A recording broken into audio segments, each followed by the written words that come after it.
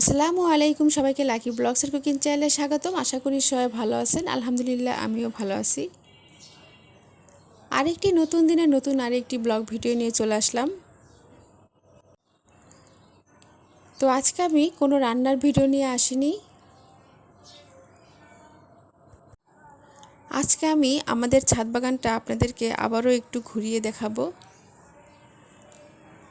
বর্তমানে আমাদের ছাদে কি কি গাছ আছে এবং কি কি ফল ধরেছে কোন গাছে, সেগুলোই আপনাদের সাথে শেয়ার করব।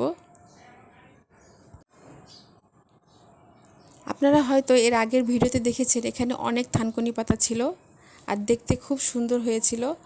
তো থানকুনি পাতাগুলো নষ্ট হয়ে গেছে গরমে। তো বৃষ্টি হলে আবার সুন্দর হয়ে থানকুনি পাতা গজাবে। ওইটা হচ্ছে আমাদের ছাদে ঢোকার গেট।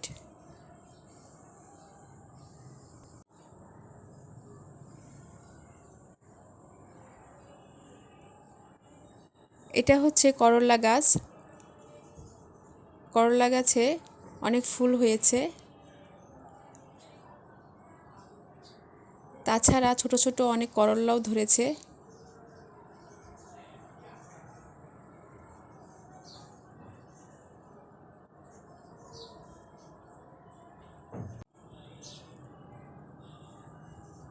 যারা আমার চ্যানেলটাকে সাবস্ক্রাইব করে আমার পাশে আছেন তাদেরকে অসংখ্য অসংখ্য ধন্যবাদ।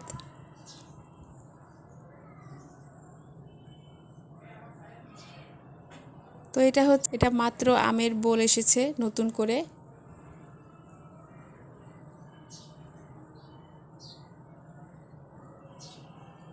ছাদে প্রচুর বাতাস।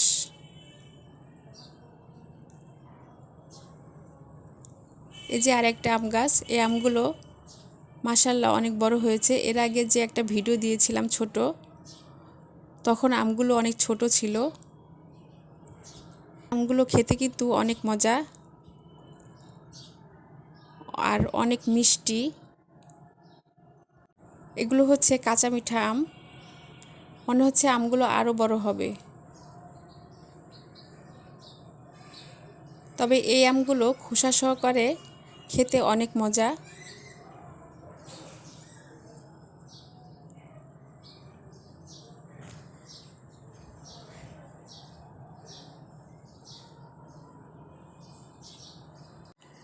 আর এই আম গাছে দেখুন মাত্র বোল এসেছে। যখন আম শেষ হয়ে যাবে তখন ওই গাছে আম ধরবে। তো যারা এখনও আমার চ্যানেলটাকে সাবস্ক্রাইব করেন নাই, ভিডিও দেখতে থাকুন, দেখতে দেখতে ভালো লেগে যাবে। আর এই যে হচ্ছে পুদিনা পাতা গাছ, কতটা সুন্দর। তবে বৃষ্টি হলে আরও সুন্দর হবে।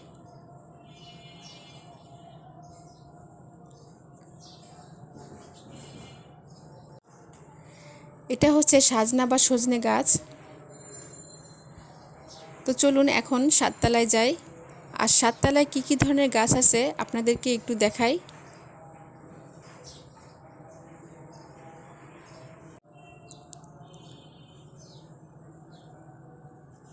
আমার ভিডিও দেখে যদি আপনাদের ভালো লেগে থাকে তাহলে লাইক, কমেন্ট, শেয়ার করে দিবেন।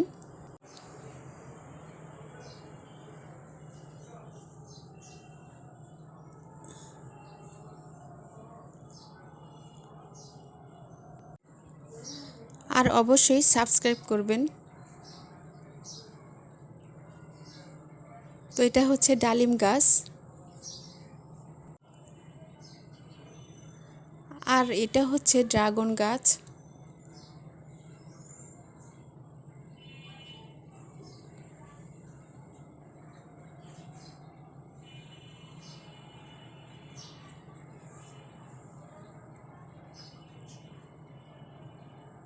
এটা হচ্ছে নিম গাছ। তো ঘাসগুলো দেখে বুঝতে পারছেন কতটা বাতাস।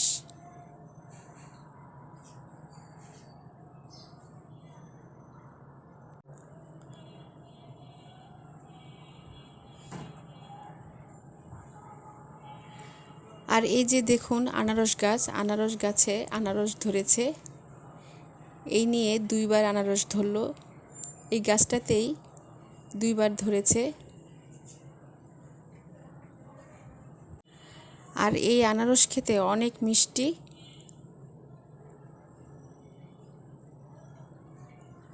তো সবাই আমার চ্যানেলের সাথে থাকবেন।